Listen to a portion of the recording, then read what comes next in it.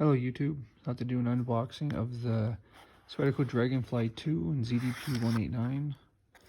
Got this from a local vendor here in Calgary. Nice little piece. It's a stunning little blade for all that it is.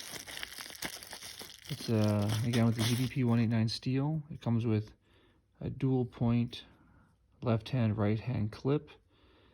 In all honesty, with my personal carry, which is also a ZDP189 Dragonfly number 2.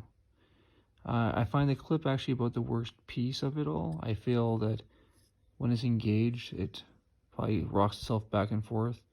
On a number of occasions, I've been a thread or two shy of it falling out. It's nice for its single hand opening. It also has a nice recess in the locking bar to actually assist you in closing the blade. One-handed or two, so it's quite stiff.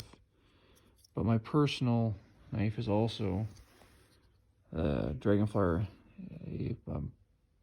2 in ZDP189, little brass or bronze skull with a mask on it.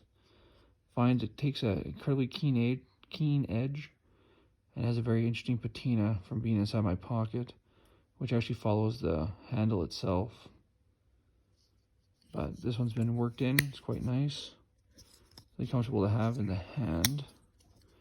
But I found when I purchased it, I think the inside of it marred the blade at some point. Up in this area right here, there was a slight dull spot, so I ended up lapping it on a 5,000 grit waterstone. There's the ZDP189 mark. But again, it's a phenomenal knife. It cuts incredibly well. It does a number of tasks perfectly in the kitchen, and even for things like even just cutting just very basic everyday things, olives, tuna, sandwiches.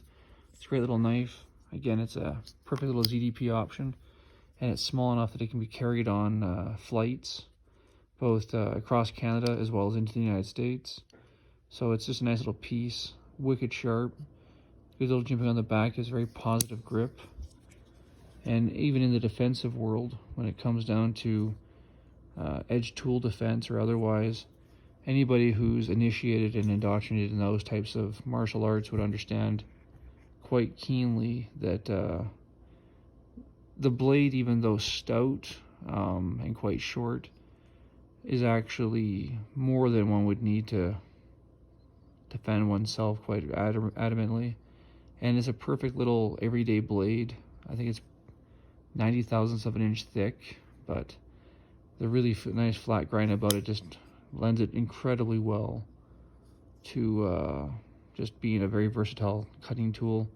I used to once think you had to have a large blade if you were a man to carry such things, but the older I get, the more experience I get with a cutting tool, the more I'm quite adamant that you don't really need anything that big to do the job that you need to do. It's nice to have big blades. I have quite a few. Hope to do some reviews on it soon. But again, these are just phenomenal knives. And even out of the box, these things are just amazing little cutters.